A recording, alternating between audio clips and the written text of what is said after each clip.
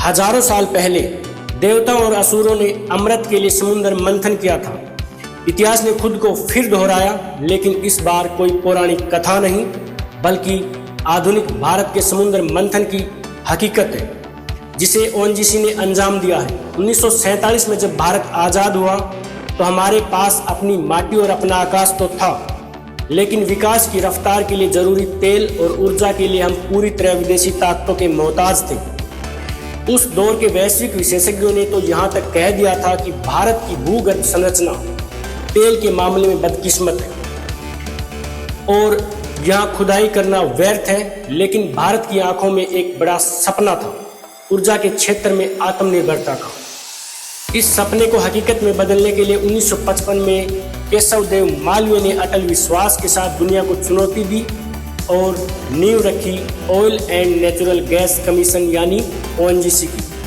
शुरुआत संघर्षों से भरी थी, लेकिन 1958 में जब गुजरात के कम्बे में पहली बार धरती से तेल की धार फूटी तो वह सिर्फ तेल नहीं बल्कि एक राष्ट्र के पुनरुत्थान का उत्सव था। इसके बाद गुजरात के अन्य विशाल तेल क्षेत्रों में सफलता मिली और फिर आया 6 मई 1974 का वह ऐतिहासिक दिन, जब अरब सागर के सीने पर मुंबई हाई की खोज हुई। तूफानों और लहरों के बीच तेल निकालना किसी महायुद्ध को जीतने जैसा था। इस एक खोज ने भारत की विदेशी मुद्रा भंडार पर बढ़ते बोझ को कम किया और हमें वैश्विक मंच पर आत्मसम्मान के साथ खड़ा होने का हौसला दिया। आज यही ओएनजीसी एक महारथन कंपनी के रूप में दुनिया के 15 से ज्यादा देशों में भारत का परचम लहरा रही है। लेकिन यह सफर यहाँ थमा नहीं है, बल्कि एक नए और गौरवशाली अध्याय में प्रवेश कर चुका है। आज जब हम विकसित भारत 2047 के संकल्प की ओर बढ़ रहे हैं, तब ओएनजीसी अपना सबसे बड़ा और साहसिक दांव अंडमान निकोबार के गहरे समुद्र में लगा रही है।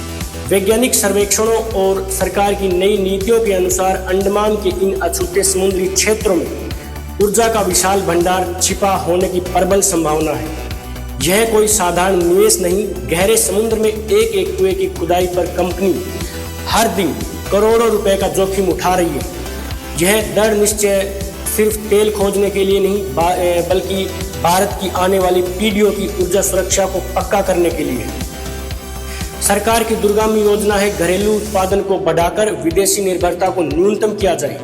इसलिए आज ओएनजीसी कृष्णा गोदावरी बेसिन से लेकर बंगाल की खाड़ी और अंडमान के सुदूर पानी तक पाताल की गहराइयों में भारत का सुनहरा भविष्य तलाश रही है। यह सच है कि भारत की बढ़ती जरूरतों के कारण हम आज भी अपनी आवश्यकता का अधिकांश तेल आयात करते हैं, लेकिन ओएनजीसी वह मजबूत ढाल है जो हमें वैश्विक बाजार के उतार चढ़ाव और तेल संकटों से बचाती है।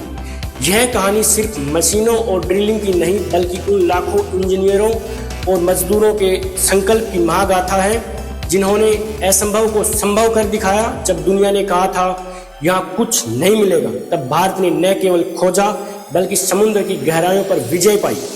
आज अंडमान की लहरों के बीच लिखा जा रहा यह नया अध्याय इस बात का परिणाम है कि विकसित भारत का सपना अब हकीकत बनने की राह पर है। यही ओएनजीसी है, यही हमारा आधुनिक समुद्र मंथन है और यही आत्मनिर्भर भारत की सबसे सशक्त पहचान है। जय हिंद, जय भारत।